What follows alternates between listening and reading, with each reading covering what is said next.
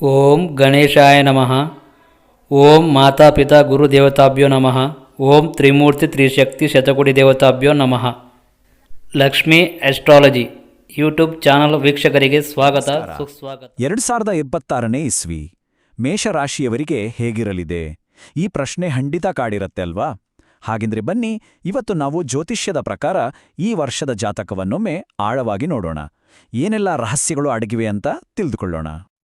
ನೋಡಿ, 2026 ಅನ್ನೋದು ಮೇಷರಾಶಿಯವರಿಗೆ ಸುಮ್ಮನೆ ಒಂದು ಕ್ಯಾಲೆಂಡರ್ ವರ್ಷ ಅಲ್ಲ. ಇದೊಂದು ಜೀವನದ ಬಹುಮುಖ್ಯ ತಿರುವು ಅಂತಾನೆ ಹೇಳಬಹುದು.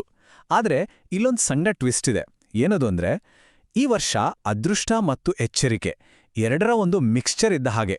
ಹೇಳ್ಬೇಕಂದ್ರೆ ಒಂಥರ ರೋಲರ್ ಕೋಸ್ಟರ್ ರೈಡ್, ಏರಿಳಿತಗಳು ಇದ್ದೇ ಇರುತ್ತೆ. ಇದನ್ನ ಕೇಳಿದ್ರೆ ಸ್ವಲ್ಪ ಗೊಂದಲ ಆಗ್ಬೋದು. ಅದೃಷ್ಟನೂ ಇದೆ, ಎಚ್ಚರಿಕೆನೂ ಇದೆ ಅಂದ್ರೆ ಹೇಗೆ ಅಂತ. ಆದರೆ 2026ರ ಕಥೆಯ ತಿರುಳೇ ಇದು. ಮೇಷರಾಶಿಯವರ ಜೀವನದಲ್ಲಿ ಎರಡು ದೊಡ್ಡ ಗ್ರಹಗಳ ಶಕ್ತಿಗಳು ಕೆಲಸ ಮಾಡಲಿವೆ. ಒಂದು ಮುಂದೆ ಸಾಗು ಅಂದ್ರೆ, ಇನ್ನೊಂದು ಸ್ವಲ್ಪ ನಿಧಾನವಾಗಿ ಯೋಚಿಸಿ ಹೆಜ್ಜೆ ಇಡುವಂತ ಹೇಳುತ್ತೆ. ಇದೊಂಥರ ಹಗ್ಗಜಗ್ಗಾಟದ ಆಟದಂತೆ. ಆ ಎರಡೂ ಪ್ರಬಲ ಶಕ್ತಿಗಳು ಯಾವುವು ಅಂದ್ರೆ, ಒಂದು ಗುರುಗ್ರಹ. ಗುರು ಅಂದ್ರೆ ವಿಸ್ತರಣೆ, ಅವಕಾಶಗಳ ಕಾರಕ. ಇನ್ನೊಂದು ಕಡೆ ಶನಿ. ಶನಿ ಅಂದ್ರೆ ಶಿಸ್ತು, ತಾಳ್ಮೆ ಮತ್ತು ಕಠಿಣ ಪರಿಶ್ರಮವನ್ನ ಕೇಳೋ ಗ್ರಹ. ಸೊ ಇಡೀ ವರ್ಷ ಗುರು ಕೊಡುವ ಆಶೀರ್ವಾದ ಮತ್ತು ಶನಿ ಕಲಿಸುವ ಪಾಠಗಳ ನಡುವೆ ಒಂದು ಬ್ಯಾಲೆನ್ಸ್ ಮಾಡ್ಕೊಂಡು ಹೋಗ್ಬೇಕಾಗತ್ತೆ. ಈ ಬ್ಯಾಲೆನ್ಸ್ ಜೀವನದ ಪ್ರತಿಯೊಂದು ಕ್ಷೇತ್ರದಲ್ಲೂ ಕಾಣಿಸುತ್ತೆ. ಹಾಗಿದ್ರೆ ಬನ್ನಿ, ಒಂದೊಂದೇ ಕ್ಷೇತ್ರವನ್ನಾಗಿ ತೆಗೆದುಕೊಂಡು ವಿಶ್ಲೇಷಣೆ ಮಾಡೋಣ. ಸರಿ, ಹಾಗಾದರೆ ಮೊದಲು ವೃತ್ತಿ ಜೀವನದ ಬಗ್ಗೆ ಮಾತಾಡೋಣ. ಯಾಕಂದರೆ 2026ರ ಈ ದ್ವಂದ್ವ ಸ್ವಭಾವ ಇದೆಯಲ್ಲ, ಅದು ವೃತ್ತಿ ಜೀವನದಲ್ಲಿ ತುಂಬಾನೇ ಸ್ಪಷ್ಟವಾಗಿ ಕಾಣೋಕ್ ಸಿಗುತ್ತೆ. ಹಲವಾರು ಜ್ಯೋತಿಷ್ಯದ ಮೂಲಗಳ ಪ್ರಕಾರ ಮೇಷರಾಶಿಯವರಿಗೆ ವೃತ್ತಿ ಜೀವನದಲ್ಲಿ ಇದೊಂದು ದೊಡ್ಡ ವರ್ಷ ಆಗೋ ಸಾಧ್ಯತೆ ಇದೆ. ಗುರುಗ್ರಹದ ಪ್ರಭಾವದಿಂದಾಗಿ ಹೊಸ ಬಾಗಿಲುಗಳು ತೆರೆದುಕೊಳ್ಳುತ್ತವೆ. ಪ್ರಗತಿ, ಮನ್ನಣೆ ಸಿಗುವ ಎಲ್ಲ ಲಕ್ಷಣಗಳು ಇವೆ. ಆದ್ರೆ ಒಂದು ನಿಮಿಷ, ಇದೆಲ್ಲ ಅಷ್ಟು ಸುಲಭವಾಗಿ ಸಿಗೋದಿಲ್ಲ. ಗ್ರಹಗಳ ಸಂಚಾರ ಇನ್ನೊಂದು ವಿಷಯವನ್ನು ಹೇಳ್ತಾ ಇದೆ. ಏನಂದ್ರೆ, ಇದಕ್ಕೆ ಕಠಿಣ ಪರಿಶ್ರಮ ಬೇಕೇ ಬೇಕು. ಅಷ್ಟೇ ಅಲ್ಲ, ನಾವು ಹಾಕಿದ ಎಫರ್ಟ್ಗೆ ತಕ್ಕ ಪ್ರತಿಫಲ ತಕ್ಷಣಕ್ಕೆ ಸಿಗದೇ ಇರ್ಬೋದು. ಸೊ ವಿಷಯ ಇಷ್ಟೇ, ಒಂದ್ಕಡೆ ಅವಕಾಶಗಳು ಬರ್ತಾ ಇರ್ತವೆ. ಅದೇ ಸಮಯದಲ್ಲಿ ಶನಿದೇವರು ಅಷ್ಟು ಸುಲಭ ಅನ್ಕೋಬೇಡ, ತಾಳ್ಮೆ ಇರಲಿ, ಶಿಸ್ತಿರ್ಲಿ ಅಂತ ನೆನಪಿಸ್ತಾನೆ ಇರ್ತಾನೆ. ಅಂದ್ರೆ ಯಶಸ್ಸಿನ ಕೀಲಿ ಇರೋದು ಇವೆರಡನ್ನೂ ಬ್ಯಾಲೆನ್ಸ್ ಮಾಡೋದ್ರಲ್ಲಿ. ಆಯ್ತು, ವೃತ್ತಿಜೀವನದ ಕಥೆ ಹೀಗಿದೆ. ಇನ್ನು ಹಣಕಾಸಿನ ವಿಚಾರಕ್ಕೆ ಬರೋಣ. ಇಲ್ಲೂ ಕೂಡ ನಾವು ಅದೇ ಪ್ಯಾಟರ್ನ್ ನೋಡ್ಬೋದು. ಅಂದ್ರೆ ಲಾಭವೂ ಇದೆ, ಜೊತೆಗೆ ಒಂದಷ್ಟು ಎಚ್ಚರಿಕೆಯೂ ಇದೆ. ಇಂಟ್ರೆಸ್ಟಿಂಗ್ ವಿಷಯ ಏನಂದ್ರೆ, ವರ್ಷದ ಕೆಲವು ನಿರ್ದಿಷ್ಟ ತಿಂಗಳುಗಳಲ್ಲಿ ಹಣಕಾಸಿನ ಹರಿವು ಹೆಚ್ಚಾಗೋ ಸಾಧ್ಯತೆ ಇದೆ. ಇದಕ್ಕೆ ಕಾರಣ ಗುರು ಮತ್ತು ರಾಹುವಿನ ಅನುಕೂಲಕರ ಸಂಯೋಗ. ಈ ಸಮಯದಲ್ಲಿ ಆರ್ಥಿಕವಾಗಿ ದೊಡ್ಡ ಮಟ್ಟದ ಬೆಳವಣಿಗೆ ಕಾಣಬಹುದು. ಆದರೆ ಇಲ್ಲೇ ಇದೆ ದೊಡ್ಡ ಸವಾಲು. ಇಡೀ ವರ್ಷ ಶನಿ ಇರೋದು 12ನೇ ಮನೆಯಲ್ಲಿ, ಅಂದ್ರೆ ವ್ಯಯಸ್ಥಾನದಲ್ಲಿ. ಇದನ್ನ ಖರ್ಚಿನ ಮನೆ ಅಂತಾನೂ ಕರೀತಾರೆ. ಹಾಗಾಗಿ ಅನಿರೀಕ್ಷಿತ ಖರ್ಚುಗಳು, ದುಂದುವೆಚ್ಚ ಅಥವಾ ಹೊಸ ಸಾಲ ಮಾಡೋ ಸಾಧ್ಯತೆಗಳು ಹೆಚ್ಚಾಗಿರುತ್ತೆ.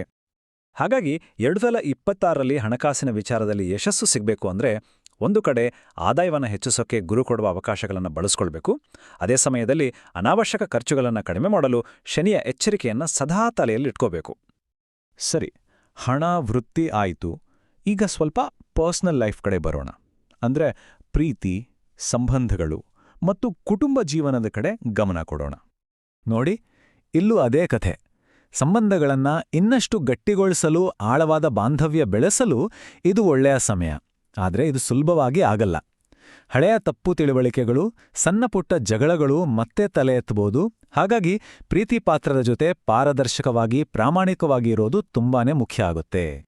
ನಾವು ಇಲ್ಲಿಯವರೆಗೆ ಚರ್ಚೆ ಮಾಡಿದ ಎಲ್ಲ ವಿಷಯಗಳಿಗಿಂತ 2026ರಲ್ಲಿ ಮೇಷರಾಶಿಯವರು ಅತಿ ಹೆಚ್ಚು ಗಮನ ಕೊಡಬೇಕಾದ ಕ್ಷೇತ್ರ ಅಂದ್ರೆ ಅದು ಆರೋಗ್ಯ. ಇಲ್ಲಿ ಎಚ್ಚರಿಕೆಯ ಗಂಟೆಗಳು ಸ್ವಲ್ಪ ಜೋರಾಗೇ ಬಾರಿಸ್ತಾ ಇದೆ. ಇದಕ್ಕೆ ಮುಖ್ಯ ಕಾರಣ, ಮೇಷರಾಶಿಯವರಿಗೆ ಸಾಡೆ ಅಂದ್ರೆ 7ರ ಶನಿ ಪ್ರಾರಂಭ ಆಗ್ತಾ ಇದೆ. ಜ್ಯೋತಿಷ್ಯದಲ್ಲಿ ಇದು ತುಂಬಾನೇ ಪ್ರಮುಖವಾದ ಘಟ್ಟ. ಈ ಸಮಯದಲ್ಲಿ ಜೀವನದಲ್ಲಿ ಹಲವಾರು ಸವಾಲುಗಳು ಬರುತ್ತವೆ. ಅದರಲ್ಲೂ ವಿಶೇಷವಾಗಿ ಆರೋಗ್ಯದ ಮೇಲೆ ಇದರ ಪರಿಣಾಮ ಹೆಚ್ಚಾಗಿರುತ್ತೆ. ಜ್ಯೋತಿಷ್ಯ ಮೂಲಗಳ ಪ್ರಕಾರ ಕಣ್ಣಿಗೆ ಸಂಬಂಧಪಟ್ಟ ಸಮಸ್ಯೆಗಳು, ಕಾಲು ನೋವು, ಬೆನ್ನು ನೋವು, ಈ ರೀತಿಯ ದೈಹಿಕ ಸಮಸ್ಯೆಗಳು ಕಾಣಿಸ್ಕೊಳ್ಳೋ ಸಾಧ್ಯತೆ ಇದೆ. ಹಾಗಾಗಿ 2026ರಲ್ಲಿ ಆರೋಗ್ಯದ ವಿಷಯದಲ್ಲಿ ಬಂದಾಗ ನೋಡ್ಕೊಂಡ್ರಾಯ್ತು ಅನ್ನೋ ಮನೋಭಾವ ಖಂಡಿತ ಇರಬಾರ್ದು. ಮೊದಲೇ ಕಾಳಜಿ ವಹಿಸೋದು ತುಂಬಾನೇ ಅಗತ್ಯ. ಸರಿ, ಇಷ್ಟೆಲ್ಲ ಅವಕಾಶಗಳು ಜೊತೆಗೆ ಸವಾಲುಗಳು ಇರುವಾಗ ಈ ವರ್ಷವನ್ನ ಯಶಸ್ವಿಯಾಗಿ ನಿಭಾಯಿಸೋದು ಹೇಗೆ? ಮುಂದೆ ದಾರಿ ಯಾವುದು? ಬಹುತೇಕ ಎಲ್ಲಾ ಜ್ಯೋತಿಷ್ಯ ಮೂಲಗಳನ್ನು ನಾವು ಕ್ರೋಢೀಕರಿಸಿ ನೋಡಿದಾಗ 3 ಪ್ರಮುಖ ಸೂತ್ರಗಳು ನಮಗೆ ಸಿಗ್ತವೆ. ಈ 3 ಸೂತ್ರಗಳು 2026ನ್ನ ಯಶಸ್ವಿಯಾಗಿ ಪಾರ್ ಮಾಡಲು ಒಂದು ರೀತಿ ದಾರಿದೀಪ ಆಗಬಲ್ಲವು. ಇನ್ನು ಜ್ಯೋತಿಷ್ಯ ಪರಿಹಾರಗಳಲ್ಲಿ ನಂಬಿಕೆ ಇರೋರಿಗಾಗಿ ಗ್ರಹಗಳ ನಕಾರಾತ್ಮಕ ಪ್ರಭಾವವನ್ನು ಕಡಿಮೆ ಮಾಡಲು ಸಹಾಯ ಮಾಡುವ ಕೆಲವು ಪರಿಹಾರಗಳನ್ನು ಸಹ ಸೂಚಿಸಲಾಗಿದೆ. ಕೊನೆಯದಾಗಿ ಒಂದು ಮಾತು, 2026 ಮೇಷರಾಶಿಯವರ ವಿಧಿಯನ್ನ ಮೊದಲೇ ಬರೆದಿಟ್ಟ ವರ್ಷ ಅಲ್ಲ. ಇದು ಸಮತೋಲನದ ವರ್ಷ. ಜ್ಞಾನದಿಂದ ಅವಕಾಶಗಳನ್ನು ಬಳಸ್ಕೊಂಡು ಶಿಸ್ತಿನಿಂದ ಸವಾಲುಗಳನ್ನು ಎದುರಿಸಿದ್ರೆ ಯಶಸ್ಸು ಖಂಡಿತ ಸಾಧ್ಯ. ಜ್ಯೋತಿಷ್ಯ ಒಂದು ನಕ್ಷೆಯನ್ನಷ್ಟೇ ನೀಡಬಲ್ಲದು, ಆದರೆ ಪ್ರಯಾಣ ಹೇಗಿರಬೇಕು ಅಂತ ನಿರ್ಧರಿಸೋದು ಪ್ರತಿಯೊಬ್ಬರ ಕ್ರಿಯೆ, ಅರಿವು ಮತ್ತು ಆಯ್ಕೆಗಳ ಮೇಲೆ ನಿಂತಿರುತ್ತೆ. ಹಾಗಾಗಿ ಈ 2026ನೇ ವರ್ಷವನ್ನು ತಮ್ಮ ವರ್ಷವನ್ನಾಗಿ ಮಾಡಿಕೊಳ್ಳುವ ಶಕ್ತಿ ಮೇಷರಾಶಿಯವರ ಕೈಯಲ್ಲೇ ಇದೆ.